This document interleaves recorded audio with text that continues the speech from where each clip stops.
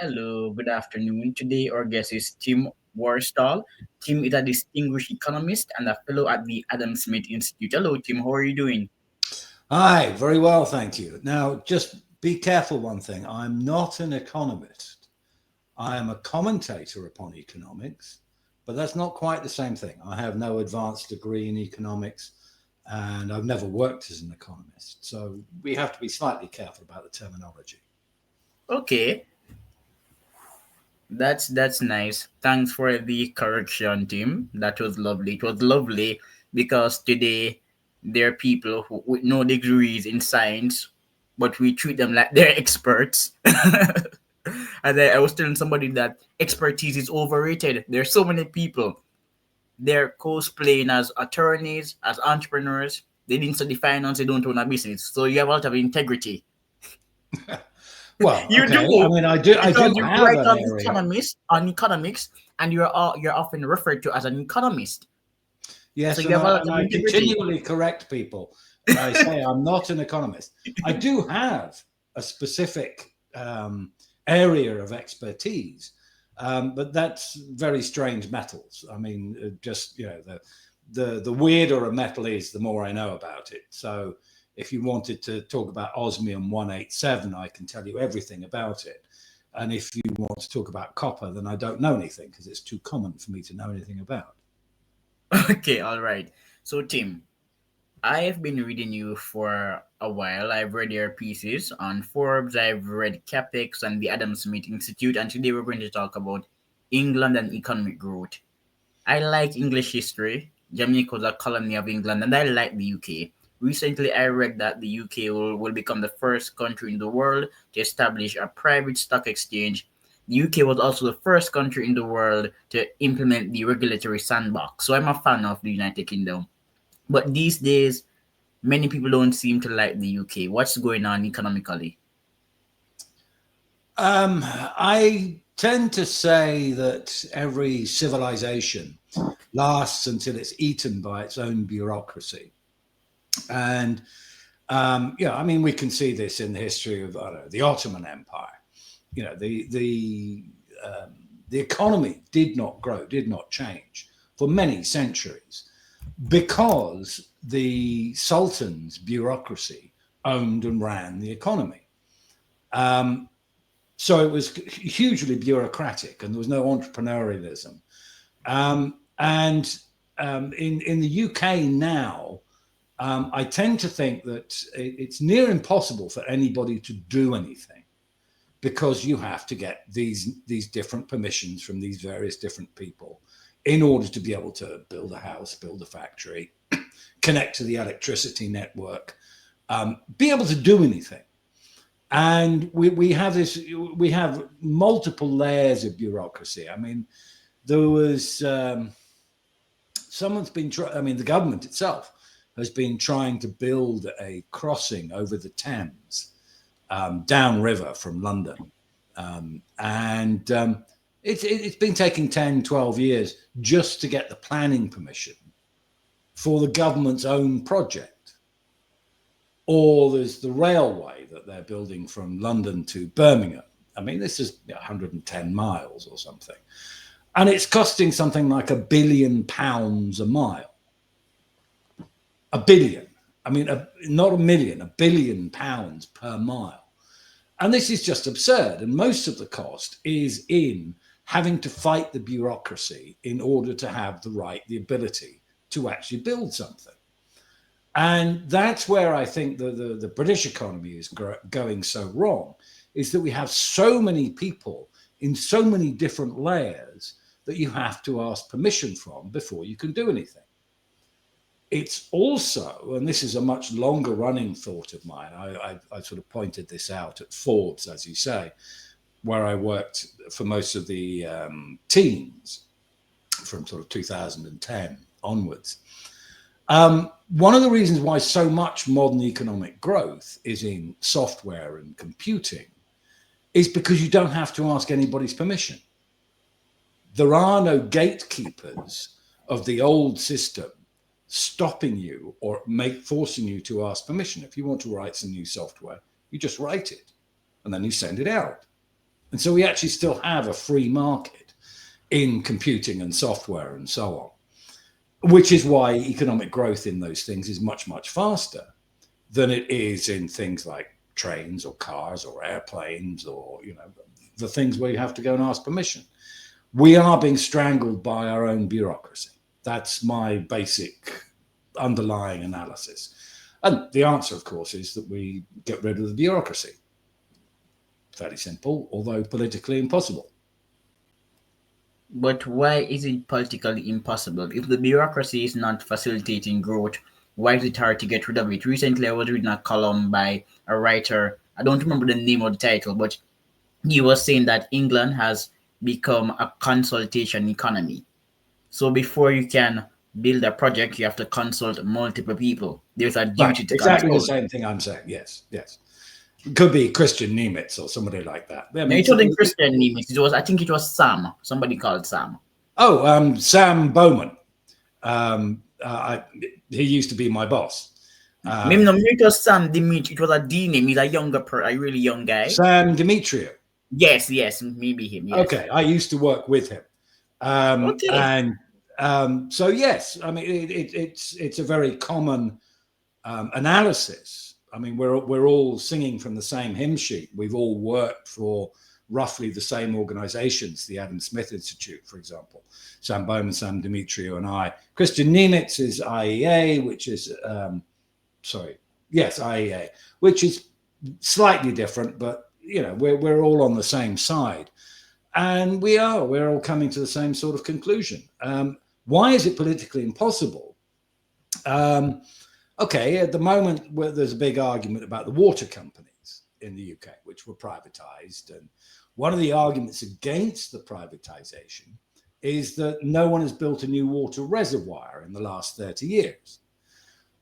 But everyone's missing the fact that the water companies have been trying to build new reservoirs for the last 30 years, but the political system, the permission system, hasn't allowed them to. But that's how strong. I mean,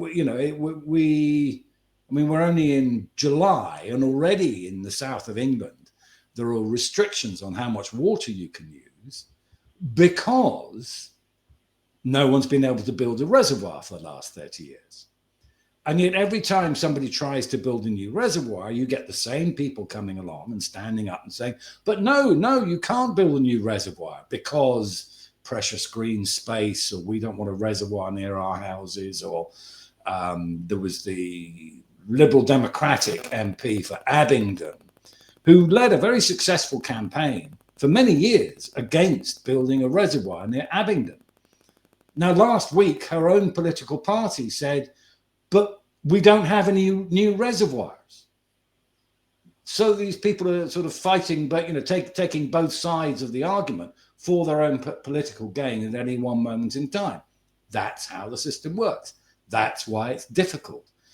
There was last week, there was an attempt by the current government, the Labour government, to liberalise planning permission. And one of their MPs rebelled against this and said, no, I can't support that. Here, I propose these amendments. And his amendments actually made planning more restrictive rather than liberalising it. That's just the way the system works at the moment. It's politically almost impossible to undo the stranglehold of the bureaucracy on who may do what, when, where, and how. That's just political reality. I'm very hesitant to say that we should have a revolution, because revolutions don't work out well. But we certainly need a change in the political structure. Do you know what I find quite odd? Many of the leading cities in the UK don't have a straight flight from the UK to America. So I was born in Jamaica. I'm not from here. Mm-hmm. And I wanted to travel. I was looking for a straight flight, and the flights were going from, let's say, Edinburgh to Amsterdam, then to America, then to Jamaica. I understand the energy cost because that's a long flight. But I was reading an article online about Bristol building, well, not building, rather expanding its airport to facilitate longer flights. And some people were saying a flight from Bristol to the UK, that's going to affect climate change. And those arguments don't impress me any at all. Because if you travel from Bristol to two other places before you get to where you want to go, that's really inefficient. If you're traveling from a place that's really far, you might take the train before going to Bristol. So the climate change argument doesn't really make much sense. What do you think? Well, Bristol Airport is one that I use a lot. It's my local airport in the UK. I actually live in Portugal, but my family home is in Bath, just near Bristol. So Bristol Airport I use a lot. But one of the well, there are two reasons why the regional airports don't do long distance flights. One is that England's pretty small. So if you're going to go to the US, say, going up to Gatwick or Heathrow is not a huge part of your travel. And there isn't the traffic to support, say, Bristol or Cardiff or Exeter, airports in the southwest. There's just not the traffic. There aren't the number of people who want the direct flights. So you do get direct flights from, say, places like Prestwick in Scotland. They do have direct flights to the States and Canada and so on, because there are enough people that far away from the major international airports that the traffic is enough to support them. But the other one is that we have carbon taxes on air flights. It's called air passenger duty, but it's all about the carbon dioxide emissions of the flights. And it was deliberately set up to do this. A long distance flight emits so many tons of CO2. You should be paying a tax on the CO2 to beat climate change. And fair enough. And what this means is that the tax is so high that it's much cheaper to take the short distance flight from the UK to Amsterdam and pay the very small tax on a short distance flight than it is to, and then your flight from Amsterdam to wherever, or Paris to wherever, is tax free. And these taxes on long distance flights are high. I mean, they can be a couple of £100 per flight, per person. So that's why we have a lot of these little regional airports flying people to Amsterdam and other European airports, because the tax on the long distance flights out of the UK is so high. And it actually becomes counterproductive, because you're right, having a direct flight would have less CO2. But because we're taxing the long distance flights so much, therefore we're having a short distance than a long distance flight because of the tax.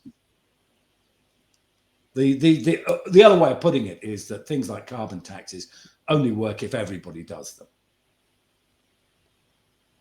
And I would like to think that politicians are influenced by the data on carbon taxes. I've read many of these studies. I haven't read one in a while, but many of the studies that I read were quite negative. One said that a carbon tax won't benefit us in the foreseeable future, and others are just explicitly negative. But yet, there's still immense support for carbon taxation. Well, to me, the problem is that in terms of economics, the carbon tax is the solution. I mean, Bill Nordhaus got his Nobel Prize for pointing out that if we want to solve climate change, we use a carbon tax.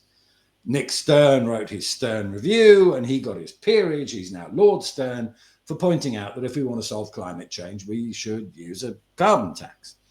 And we can do other things as well, but we should have a carbon tax, whatever else we do.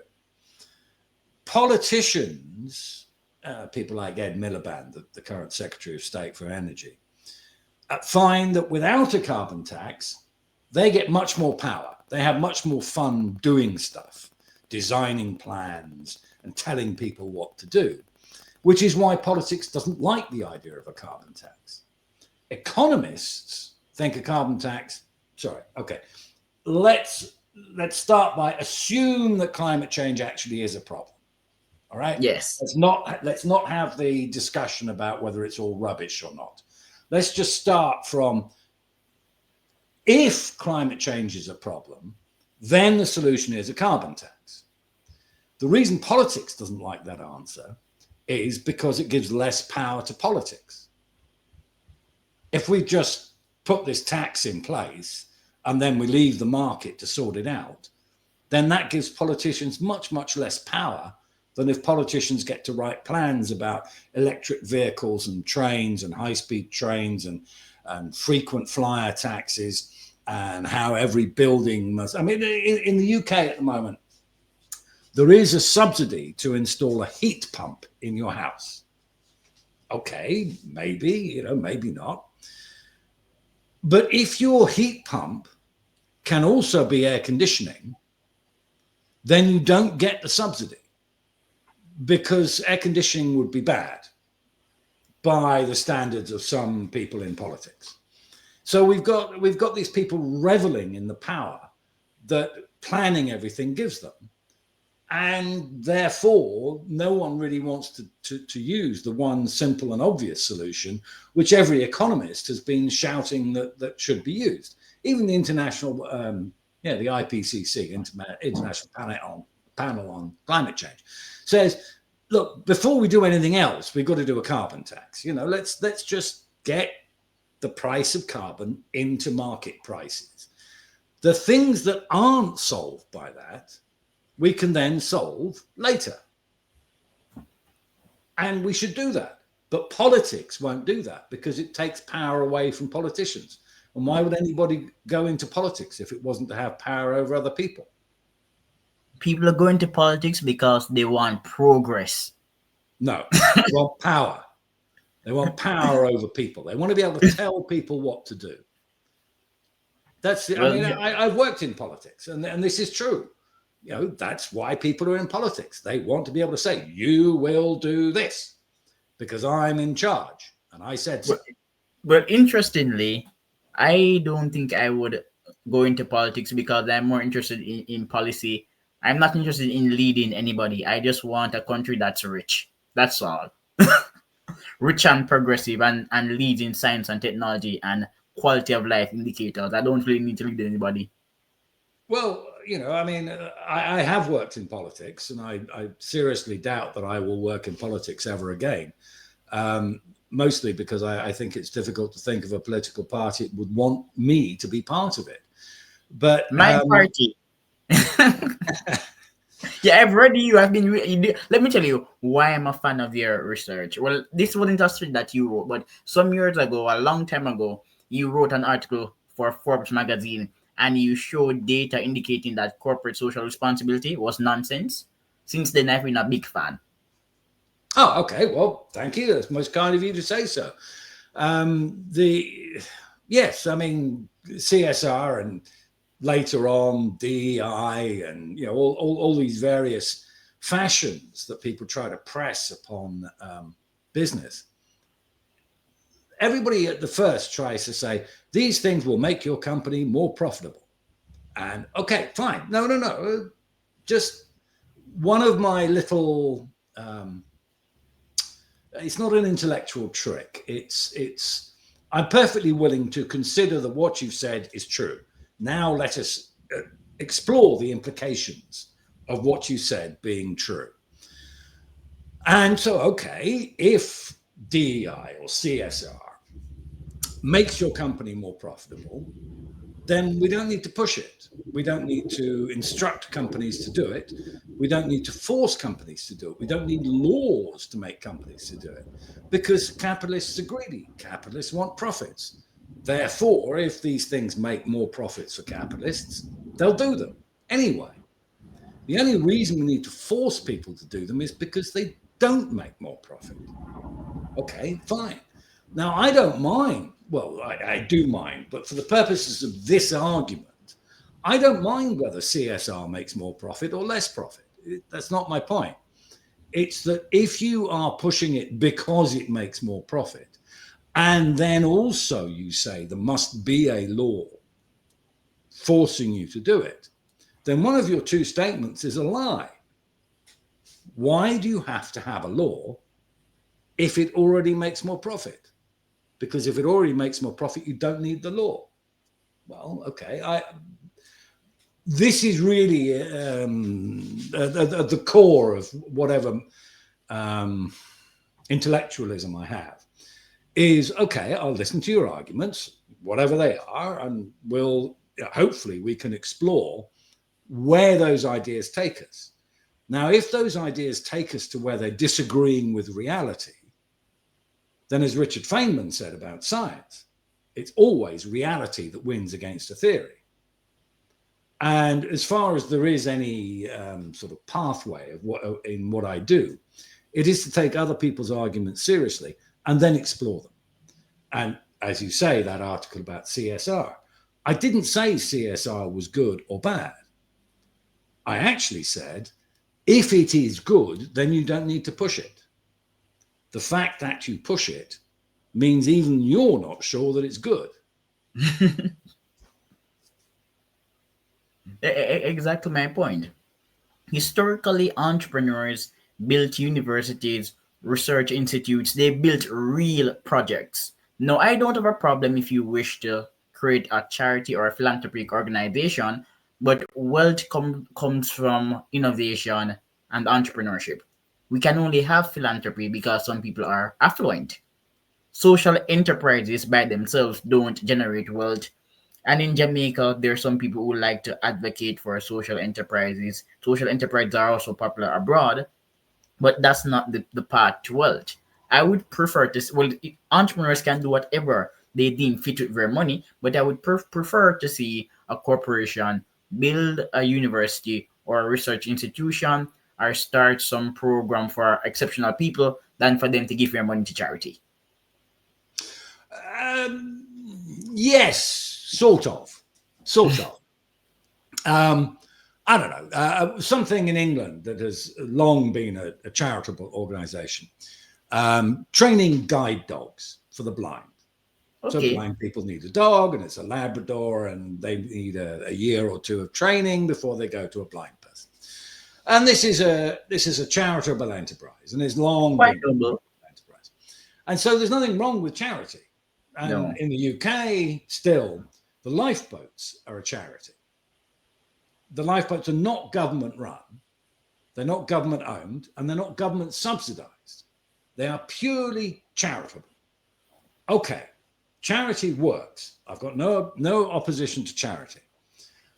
If we say, rather, if we narrow down your objection and we say, actually, if some rich person wishes to do good in this world, okay, they wish to spend their money to do good, instead of giving it to the same usual group of what we these days call social entrepreneurs, yes, you're right. Instead, please open a university, invest in a business, build something that actually produces real value, instead of just wasting the money on the same usual group of people to sit around the table and say how awful capitalism is, which is how Exactly. most of, yeah. Exactly my point. Perfect example. There's the IEA, there's the Adam Smith Institute, there is the Wellcome Trust, there's Nesta Foundation, there's the Productivity Institute, but the UK hasn't built a new serious research institute in a long time, like America. Many people who are wealthy, they're diverting their resources to social projects like promoting more women in science or promoting more blacks in science, which people like, but I like statistics and the data. I'm not going to talk about race and IQ, no, but I'm just being practical. I'm black, but I would prefer for somebody to use his or her own money to build a science institute and to start a program to advance blacks in science. If blacks want to do science, they will do science. I went to the UK to study. I got good grades. That's why I went there to study. If I'm doing well, you don't need to help me. If I'm interested, you don't need to help me. Yeah, I mean, okay, I go a step further than you in that I wouldn't want somebody to open an institute. Say, I don't know, somebody said to Jeff Bezos, okay, fine, you want to give away some money, I would say instead of, $1 billion on the Jeff Bezos Institute, just imagine, just as a name, I would say, well, actually, no, why not 100 times 10 million investment in actual companies trying to do something? Yes. And okay, so there's lots of venture capital out there. Good ideas get funded, but just move out one stage further into less likely to succeed, and say, right, well, the answer, no, this does not work, is valuable in the sense that nobody else will then waste resources on it. And I tend to think, I mean, this is a bit like effective altruism. And I don't really like effective Neither do I. altruism. When I was a student, I wrote an essay critiquing it. I don't like it either. Okay, well, I mean, the effective altruists got loads of money and they bought themselves a lovely building outside Oxford and then had lots of meetings. Nothing really happened, which is, again, what I'm sort of trying to say is that if you want to give away your money to the best use of humanity, then I think picking up the projects that are just that little bit beyond what anybody else is willing to finance is probably better than creating an institute that has lots of people sitting around having meetings. Now, that's purely an opinion, and I don't have the money to give away to set up one of these organizations. So it's not my choice because it's not my money. But I look at some of what some of the big American fortunes. The old Pritzker fortune from the hotel group, was it Intercontinental Hotels, something like that, and it just Hyatt, gets. the Hyatt family, the Pritzkers, they own Hyatt. They were higher. Okay, I knew it was hotels, but it gets spent on the same old 100 organizations who just seem to be following the same old script all the time. Why not do something useful with the money? Exactly my point. We don't produce people like Francis Bacon anymore, real institutional innovators. Like, we're not rich. We can't tell them how to use their money, but if you're going to expend your resources, do it effectively. Why some of these wealthy families, they're even diverting resources to people protesting, all sorts of strange practices. Yeah. I mean, there's inventing something new, creating a new company which services consumers, creates far more value than anything else. There's the Bill Nordhaus paper, Schumpeterian profits Yeah, in the the United innovators, States. we get what most innovators get to, like 2.2%. Yes, exactly that paper. And almost all of the rest, some of it goes to finance capital, but near all of it goes to the consumer and the consumer surplus. So, okay, you want to argue about how expensive food is. Okay, so design a new way of making food cheaper. Instead of trying to co-opt politics and trying to make politics make food cheaper, why not actually do what Norman Borlaug did? Breed a better wheat, or in Africa, breed a better cassava or sweet potato or yam, or if you think supermarkets are making too much money, we'll set up your own supermarkets and crush the competition, just like the Walmart, Sam Walton and Walmart did. They adopted the new technology and made supermarkets cheaper by deploying, basically, they were computers and logistics. But okay, that's how you make people richer, not by hiring half a dozen grievance study candidates, grievance study graduates, and getting them to talk to politicians. That's my argument. Do you know why I'm laughing? Because academic has become so silly. I have a degree, a first degree in history. But today, I wouldn't encourage the typical graduate to get a degree in history. Usually, people who studied history would write scholarly papers on the Roman Empire or economic growth or political progress. These days, what do they talk about? Women. Women in history. Like, okay, if you want to talk about women in entrepreneurship, women in science, that's okay. But women in history or dogs in history, those are not interesting topics. Well, no. I mean, no. The first time, yeah. I mean, Lady Antonia Fraser's books about women in history were actually fairly Some of them interesting, are good. Yes, some are good. Like I'm interested but in they've women in been done. philosophy. But it's been done. Now, now you're right. We'd rather like to see the books on the entrepreneur in history, or even given England used to be a very large exporter of dogs to the continent because the English were thought to be very good at breeding dogs. I'd certainly read a history of the entrepreneurship of the breeding of dogs. I mean, you're right though. We've done an awful lot of these subjects.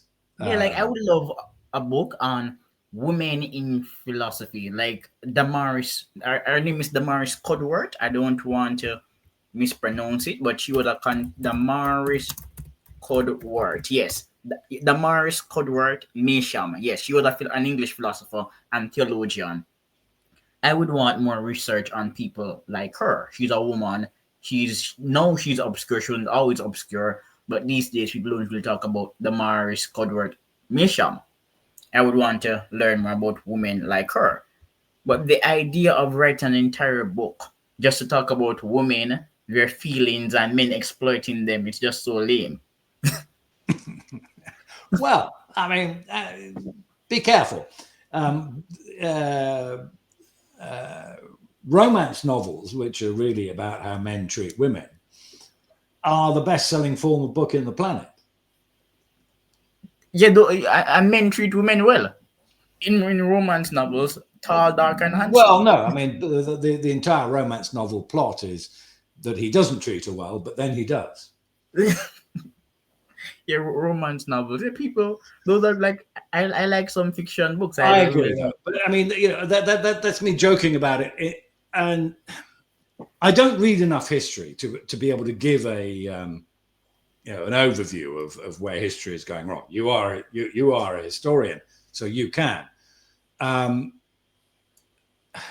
when we come back to the subject that I really do commentate upon, say, economics. Currently in the UK, everybody is absolutely convinced that both income and wealth inequality have increased in the last 20 years. Okay? Everybody believes it. The government believes it. Every commentator believes it. The only people that don't believe it are the National Statistics Agency. Exactly. And in the numbers that they publish, there has been no increase in either income or wealth inequality. Now, that's the sort of thing that I find interesting. How does everybody believe something that is untrue? Before you continue, did you read the Splinter and Orton papers? David Splinter and Gerald Orton. They have been critiquing Piketty for some time now. No, I haven't read those. I don't read much academic economics. Okay. I just don't. I'm a commentator on the passing scene, not an academic economist at all. I know where I'm laughing because you're a traditional intellectual. As I said earlier when we just started, these days there are some people they have made themselves an expert on every conceivable topic and they know nothing at all. There are many people like that. Oh, well, yeah, okay. Thank you. I limit myself to what I know about. Exactly, which is good because most people don't. Well, yes. I mean, okay. So you're talking about income inequality continue. Well, no, it just annoys me that the public discussion is about something that simply isn't true. There we go. You Yeah, I know, find that interesting too. Some time ago I saw a paper, and that paper was saying that global inequality was actually declining, and the income, the inequality in well-being, that was declining, which is really important. Inequality in well-being and in consumption. yes, no, I mean, Branko Milanovic, who used to be the World Bank chief economist, has been writing papers for decades, pointing out that, look, the poor countries are growing faster than the rich countries. Therefore, it must be true that global inequality is falling. Now, it could still be true that it's too high, and it probably is still too high, but it's falling. We are following the right policies to reduce it. When you start talking about the well-being inequality, this is even more. WhatsApp, for example, 30 years ago, all right, no, 40 years ago, even local telephone calls were expensive. Okay, within the same dialing code in England, you actually limited how long you spent on the telephone. Then that became very much cheaper, but long distance was still something you thought about. You were paying, at a time when a pint of beer was 40 pence, you might, a long distance phone call might cost you 30 or 40 pence. You're thinking about, the price of a pint of beer for talking to somebody for 2 or 3 minutes. Now, nowadays, and of course, when you start to talking about international phone calls, of course, the price has got even crazier. But nowadays, for about 3 billion people who use WhatsApp, telephone calls are free. From anybody to anybody, video or voice, it's free. It costs nothing. So consumption equality must have increased. Certainly, telecoms equality is now here. I mean, everybody on the planet, okay, no, all right, the last billion don't have it because they don't even have mobile phones. But the 7 billion people on the planet who have access to a mobile phone and a mobile phone plan have absolute telecoms equality. WhatsApp costs the same for Bill Gates as it does for you or me, or as it does for some rice farmer out in the paddy in Bangladesh. We have telecoms equality. So consumption equality must have increased. All this stuff that Oxfam keeps telling us about how wealth inequality is getting worse isn't measuring equality properly in the slightest. So there we go. The world is becoming more equal, as you say, from both income. The global Gini index is falling, but also consumption equality is becoming more equal much faster than any of the measurements show. Oh, hold on. So we're talking about consumption inequality, and you said that it increased. Is that what you No, said? consumption equality has Yeah. increased. Yes. Good. Good. Because sorry, I was Inequality has reduced. Equality yeah. has increased. Okay. Okay. Good. And do you know what has also been on the decline? Knowledge inequality. The internet. Because of the internet, I don't need to buy your book anymore. I can go online and read your book. Chang's 23 Things Refuted, right in front of me. Well, that's a pity because that means you don't have to buy me a pint of beer to read my book. But it's yes, knowledge inequality is very much the same as communications inequality, and for the same reason, the internet or voice over IP, they're the same, roughly the same thing. So this is good. The world is becoming more equal, and okay, but in all of the numbers that we use to measure inequality, none of this appears. And Hal Varian, who's the chief economist at Google, has pointed out why this is. It's that GDP doesn't deal well with free. So these things that are free aren't counted in all of our normal numerical calculations of equality. But if you actually look at actual consumption inequality over the world over the last 40 years, it has collapsed. Yes, it's still true. There are people who go to bed hungry, and we should be doing lots about making sure that they don't go to bed hungry too. But in general, inequality of consumption across all goods and services has fallen massively. And yet, this is at the same time as all of these people like Oxfam are claiming that it has increased. Now, these people are at odds with reality. And as Richard Feynman said, as I've mentioned before, hey, when you've got a theory and your theory doesn't agree with reality, then it's reality that wins, not your theory. Well, in our era, I don't think that reality is winning. No, but on the other hand, we can all still keep making the case and, fight the good fight. There is a pressing question, and I must pose it. The financialization of the UK's economy, is that a positive or a negative? I don't even agree that there's been something called the financialization of it. Yeah. So give us the lecture. Speak for as long as you would wish on this topic. It's really important.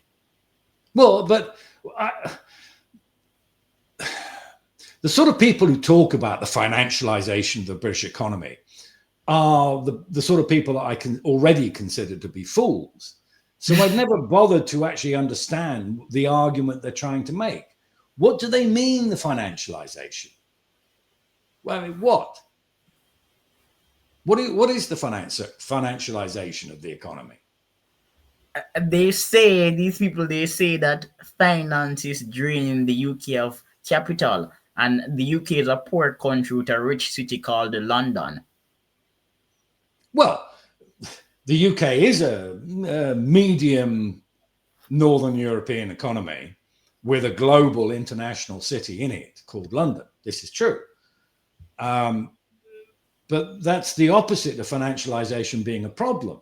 What that means is that the finance markets, the city, basically the city of London, along with all of the legal firms and accounting and all the subsidiary services, that's the only part of the UK economy that's internationally competitive. That's the opposite from it being a problem. That's the rich bit that pays our bills. Why is that a problem? No, I agree. Look, I'm not disagreeing with you. Let me explain to you why I'm not disagreeing. No. Because I'm not again, saying you are disagreeing. no, I know you're not directly talking to me, but I'm telling you why my position is a bit different. I am using history to guide the discussion. Many people who don't follow economic history wouldn't know this, but economic growth during the Industrial Revolution in England was not that extreme, and scholars attribute the what we would today call the poor quality growth due to the lack of appropriate financial institutions. Now, relative to other places, England had quite sophisticated financial institutions and instruments, but if the financial market was a bit more effective, the economic growth would have been higher. That's an argument, and a relatively new argument that's being posited today. So I don't think that finance is a bad thing per se. Okay, I mean, we didn't. We had this thing after the South Sea bubble. We had this thing for a century and a half against the limited liability corporation, and that very definitely slowed down growth. Yes, I agree. And the finance markets in London were much more about financing government than they were about financing industry. Again, I agree. If we'd had a better financial market, then yes, the regional growth and industrialization would have been better. And my personal opinion, not something I'd want to have to prove, but my personal opinion is that one of the reasons why later industrial growth was better is because we opened up regional stock exchanges. So Bristol and Liverpool and Manchester had their own stock exchanges. And therefore, there were locals trading local companies and investing in local companies. And so we had the localization of knowledge and finance along with markets. I think that was a very good idea. Information flows now mean you don't really need to do that. But okay.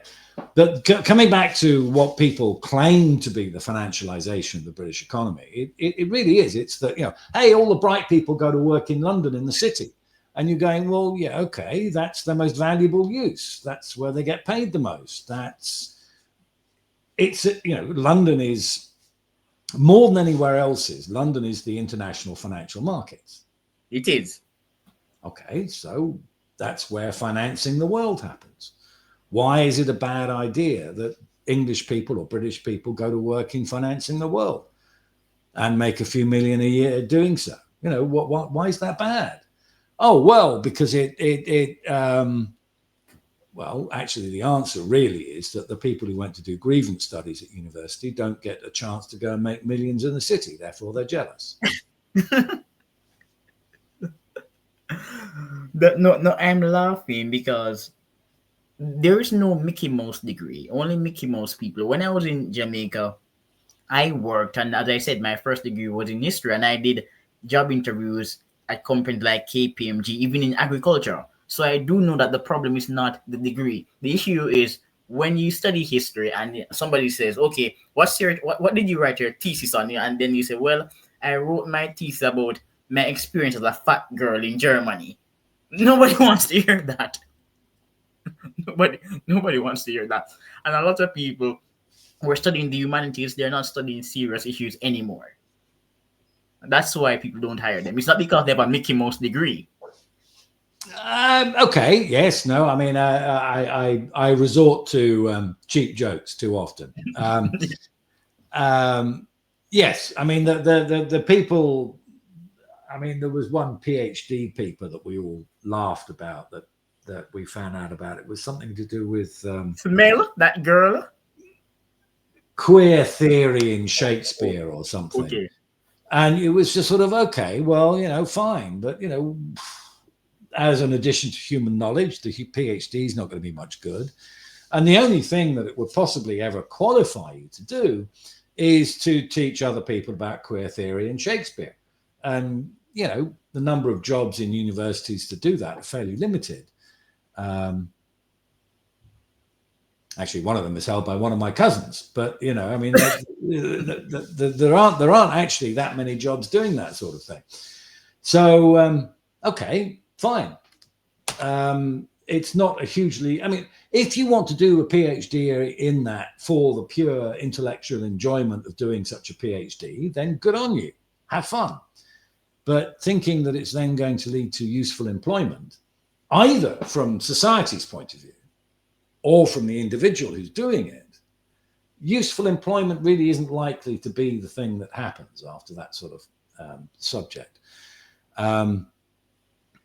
Although I must admit, my favorite story about PhDs, Naomi Wolf, the American feminist writer, came over to Oxford and she did her PhD, and she wanted to do something on law and homosexuality. And so she studied the number of people who were executed in the 19th century in England for being homosexual. And she came up with some very large numbers of people who were executed. Now, it was true. There were some people executed for homosexuality. Quite wise, sometimes argued about whether the actual crime was homosexual rape or consensual homosexuality. But there were certainly 20, 30 people executed, and probably shouldn't have been, Okay, fine. But she came up with numbers of hundreds of people. And she went to, and she published this PhD as a book, and she went on the radio to talk about, some similar to this, to talk about her new book and her theory and so on. And the interviewer pointed out that, so wait a minute, you're counting sentence executed as being people who were killed, executed. She said, yes, absolutely, that's what it means. He went, no. Sentence executed means that the sentence was overturned. Yes. And the individuals were not killed. Yeah, figure, because executed, that means that the person was killed. But when you said that sentence executed means, I'm like, oh, it was overturned. Yes. You got to be qualified. And she based her entire PhD on this single misunderstanding. And, you know, I mean, that's very unfortunate and most unkind and very funny. But the person who's actually in error here is her PhD advisor. Exactly. I was just about to say that. And, you know, why didn't he tell her, you know, right at the beginning of the 3 years, you know, look, no, love, sorry, but you've misunderstood the phrasing here. And, but he didn't. And there we go. You know, if that's the way that British humanities PhDs work, then we've got a problem, you know? No, we do. Look, when I was in the UK writing a master's paper, so I said, all right, I like my supervisor. I've been getting A's from her. She's going to be my supervisor. I wrote, well, I wrote more than one draft, and she made her comments, and I made my adjustments. Then the paper was marked. I looked at the grade, said okay. Then I looked at the second grade from the external marker. And the second marker gave me an A. But because she had given me a B, they settled on a B1. And the external marker doesn't know me. So that person was objective, I'm assuming, and he would have been probably a harder marker because he doesn't know me. I looked at my paper and I said, oh, I read her comments. When I was writing the thesis, it was on entrepreneurship and indentureship in India. I was arguing that Indians achieved social mobility in India and they were entrepreneurial. When I during writing the thesis, during the writing of the thesis, I had argued that indentureship improved the prospects of Indians because they were paid more in Trinidad. They earned less in India. They were paid more. Mm-hmm. They were paid more money in Trinidad, and many of them did not return to India. So when the opportunity came for them to return to India, they stayed in Trinidad and they earned more in Trinidad. So she put that in question marks. That was the draft. So I said, okay, let me get more primary sources. But the point of the story is that the student, I should have known better. I should have written a more left-wing paper. That's the point. No, but seriously, that she wanted to hear that Which indentureship was school were you bad. at? Glasgow. Yes, you probably should have written a more left-wing paper. Yeah, I should have because I would have gotten a distinction. I'm MSc with a distinction. Yeah, I would have gotten one. Yeah, I mean, it's a pity because, I mean, of course, Glasgow is where Adam Smith taught, but Yeah, exactly. That's why I they've wanted to go not to Glasgow. maintained the reputation. Yes, I mean that is also one of the sadnesses of modern British tertiary education. You know, I mean, if you went to the SOAS, School of Oriental and African Studies in London, there's no way you could write a free market dissertation and still get your master's. Yeah, etc. Or Sussex. You know, I mean, it's just whether the political stance of all too many academics, I think, my opinion, colors their appreciation of scholarship too much. It does. Yeah, because I was really reading the literature, and I am a fan of Pieter Emer, the Dutch historian and economic historian. And indentureship in Trinidad had its problems, but on average, Indians were improved. That's why they didn't return, but she didn't like that. She had it in question marks. Yeah, I mean, you know, this goes back to, you know, the 1619 book in the US. Yes. They talk about how indenture was akin to slavery. And they simply don't grasp that indenture in the 1600s, 1620s, 1640s, indenture was the standard contract. You know, I mean, you actually paid people to take your children on as apprentices under an indenture. You know, if there was somebody, a goldsmith, you might have to pay them 50 quid at a time when £50 was a lot of money, you know, like a year's income for a middle class guy. You would actually have to pay the goldsmith £50 for him to take your child as his apprentice under an indenture.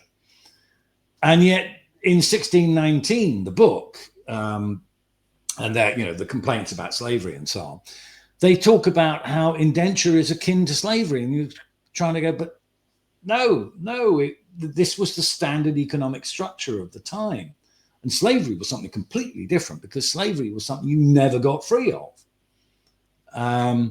But you know, okay, that starts yet another conversation. But there's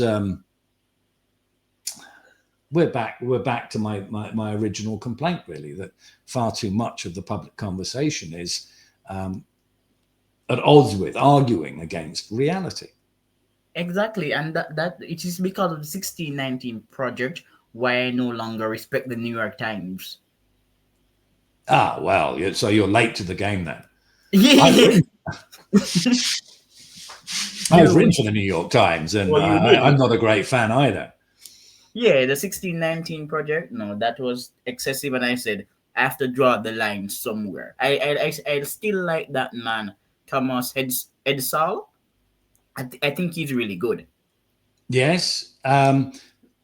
My favorite part of the 1619 project is that they got a sociologist to write Yes, the economics Matthew section. Desmond. Yeah, to write the economics section, which is really not going to work. Sociologists don't know much about economics. And he said that slavery was 50% of US GDP.